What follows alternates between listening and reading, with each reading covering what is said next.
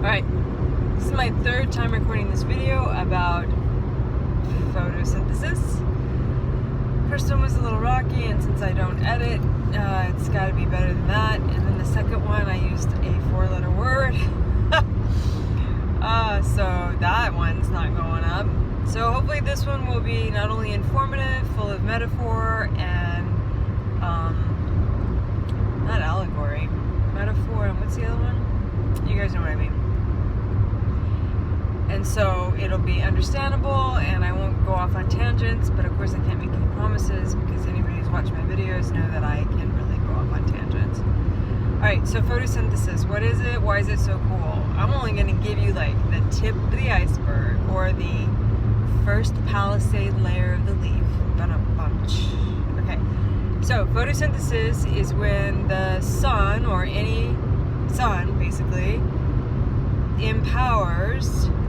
literally powers a plant or a bacteria that is an autotroph, auto meaning self, troph meaning food, empowers that organism to make its own food. So sugar is composed of sugar that our cells use and plant cells use to fuel energy production is carbon, hydrogen, oxygen. So put carbon dioxide together with water and you've got CO2, carbon, 2 oxygens, carbon dioxide. Water, you've got 2 hydrogens and an oxygen. You've got everything you need to make sugar. Well, in order to break those bonds, there's a bunch of sheep in front of me and they're so cute. Okay. Are they sheep or goats? They are sheep, which can be a pain in the butt. Animals. We had some sheep in 4-H. Alright. So all you need is that carbon, hydrogen, and oxygen, right, to make your sugar, if you're a plant, or an autotroph. And like us, we get our carbon, hydrogen, oxygen sugars. We're heterotrophs, other feeding, by eating autotrophs and other heterotrophs. So, sugar, really important to life. So are proteins. So I'm going to explain a little bit about proteins and how phenomenal they are shortly. Alright, so the cell has a specialized, or the plant has a specialized cell called the chloroplast. And inside the chloroplast there is a specialized structure in the chloroplast. I'm going to make this very simplified. That is called an antenna. And these antennae that are in these chloroplast cells, they come in different lengths. So some of you have been around longer, say than 30 years on the planet, might remember seeing those different types of radio or TV towers on rooftops where you'd have different lengths of crossbars. Well, those different lengths of crossbars are there because they can capture the different wavelengths. So a wavelength is not the length of the wave, but it's the length between the peak of that wave. Light coming from the sun comes at different wavelengths, and that's why to some degree that we see different colors.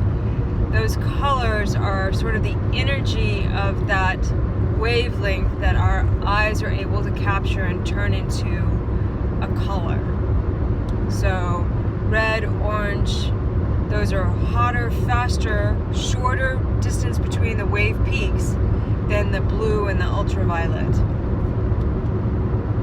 So the antenna in plants can actually capture different wavelengths so that they can take advantage of the sun's energy coming in, more of that energy coming in. And actually a ton of it comes in and a ton of it just gets missed, which is kind of phenomenal when you look around and you see all the green. The reason we're seeing green is because that wavelength gets bounced back. It doesn't get utilized by the plant.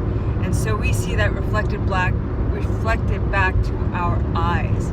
What is used is in the blue and the red spectrum. Now this is really interesting because red and that higher wavelength, that's going to be the peak time of the day, right? When that high energy is coming in. And we know that because we feel that heat on our skin. Whereas anybody who does photography knows that beautiful blue light, that more spread out peak wavelength is coming in, lower energy is coming in right at dusk and dawn. That's when you start to see that blue light that really allows other colors to pop in photographs, color photography, and also can bring out a lot of the grays in black and white. Anyway, tangent 1. So, these antennae have different names, A and B, and then I think there's a C. Don't quote me on that. Capture those different wavelengths of energy. Now that's actual energy in the sense that it excites that antennae and gets this thing I'm going to call an electron bouncing around. So molecules, we're composed of molecules, everything is composed of molecules, and the reason water boils or hot air expands is because those molecules get excited.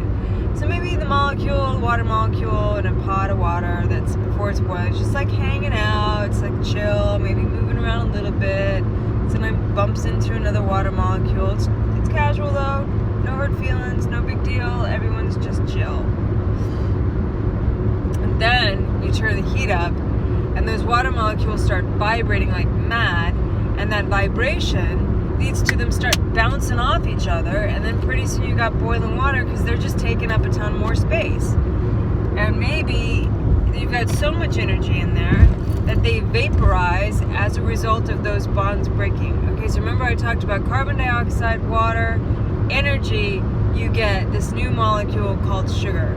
That means you have to break and reform bonds. So that energy provides a way for bonds to be broken and reformed. Well, it's a really amazingly lengthy, complicated, fast-acting process. So here come the proteins.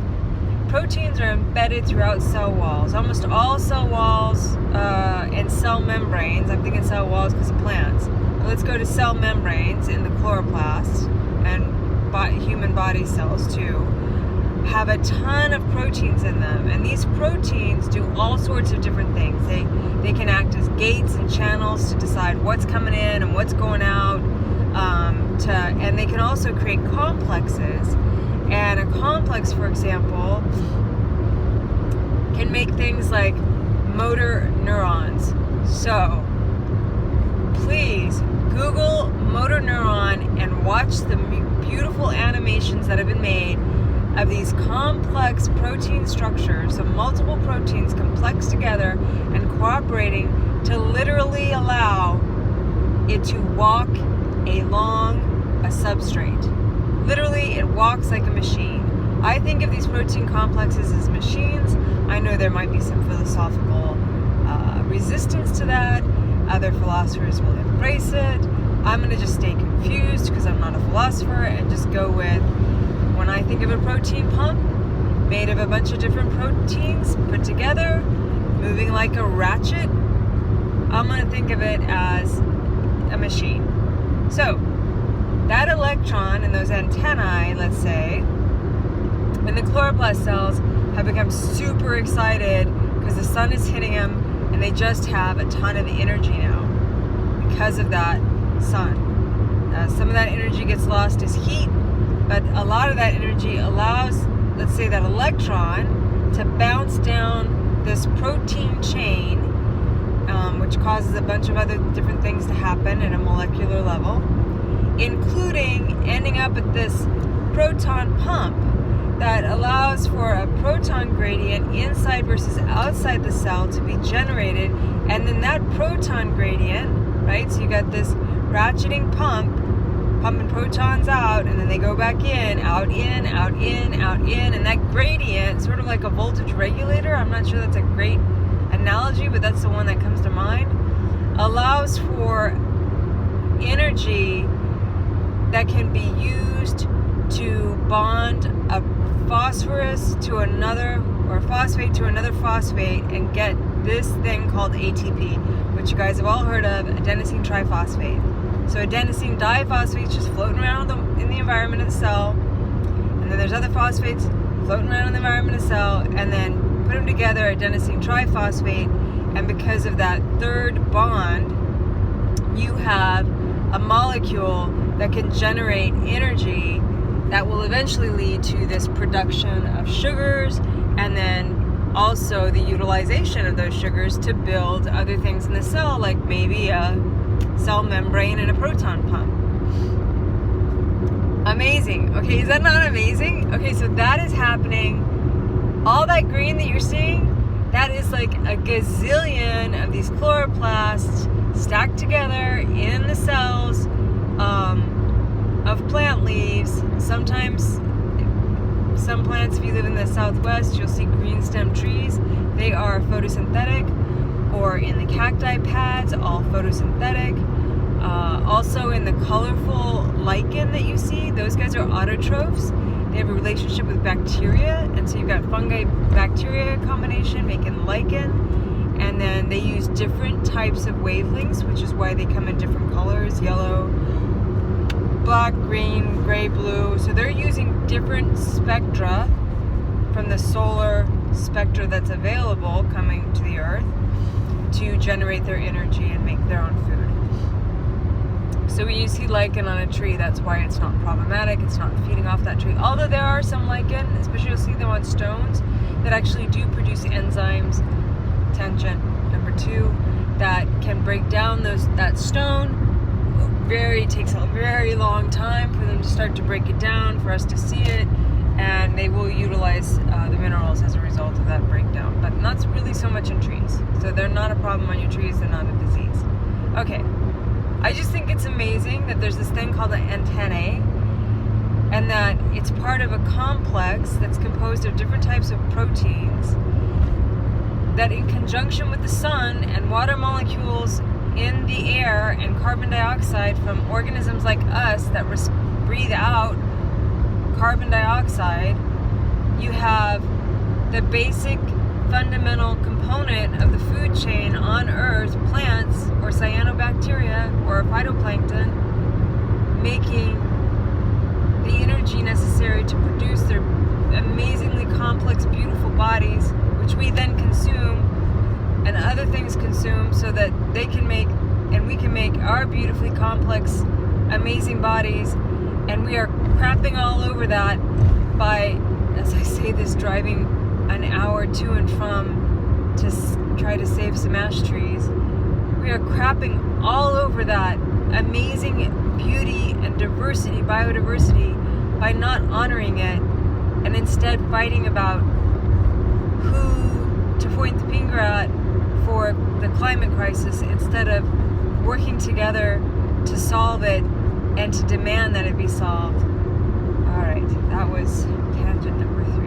I hope that you at least enjoyed the part about photosynthesis. If you have any questions, please reach out to me.